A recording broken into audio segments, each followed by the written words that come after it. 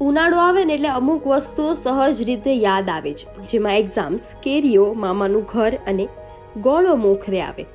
ભર બપોરે સંભળાતી ગોળાવાળાની tin tin જાણે કે ગોળો ખાધા વગર શરીરમાં ઠંડક આપતી હતી.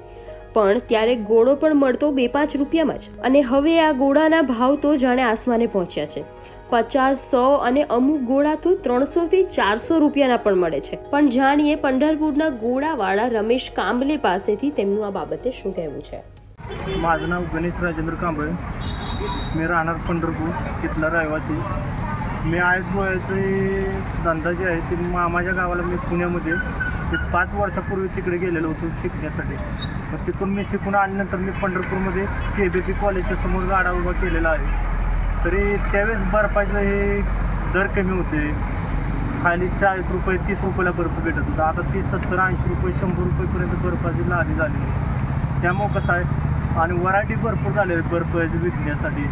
त्यासाठी कलरचं फ्लेवर हे सर्व नवीन नवीन आले. त्यामुळं कसं आहे, 2-3 रुपयाला गोळा भेटणार आता 10, 20, 50 रुपयेपर्यंत विकावं लागतो.